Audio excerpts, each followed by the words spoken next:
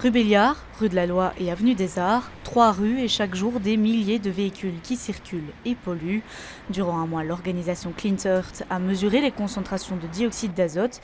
Les résultats sont préoccupants, entre 69 et 99 microgrammes par mètre cube, des valeurs largement supérieures à la limite moyenne annuelle de 40 microgrammes, des résultats qu'il faut nuancer pour la cellule interrégionale de l'environnement. Il faut quand même faire attention à une chose, il ne faut pas comparer des valeurs qui ont été faites là en, je ne sais pas, 30 minutes, 1 heure, je ne connais pas le détail de l'étude, c'est des moyennes sur une courte période.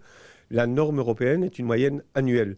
Donc si on veut respecter une moyenne annuelle de 40 microgrammes par mètre cube en dioxyde d'azote, il n'est pas illogique qu'au moment des pointes de trafic notamment, on ait des valeurs supérieures à ces 40 microgrammes par mètre cube. Des pics de pollution importants, une situation peu idéale, mais pas de quoi s'alarmer pour la santé. Je pense que pour la pollution de l'air, le plus important reste quand même toujours l'exposition chronique, c'est-à-dire la moyenne sur le long terme et pas des pics de pollution d'une demi-heure ou d'une heure chaque jour.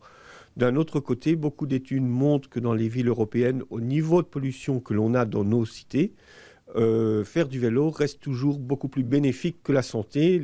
Le bénéfice via l'exercice physique est meilleur que le risque qu'on a en le faisant dans un milieu un peu pollué. De son côté, l'organisation Clean Earth regrette le manque de réelles mesures en région bruxelloise pour lutter contre la pollution.